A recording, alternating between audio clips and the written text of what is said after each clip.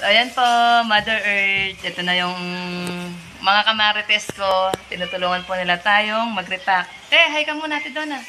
Hi! Ito pa si Joey ko. Ate Rose, hi ka muna.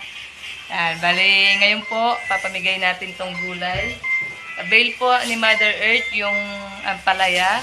Tapos, avail po ng Team Unity ang okra.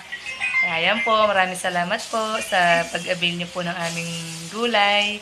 At ipapamigay po natin ngayon dito sa, ano lang din po, sa Barangay San Vicente, mga tricycle driver at yung mga iba po nating makikita sa daan para lakit tulong din po sa kanila ang ulam nila. Every other day na avail. Kaya every other day, avail po ng, ano to, ng Team Unity.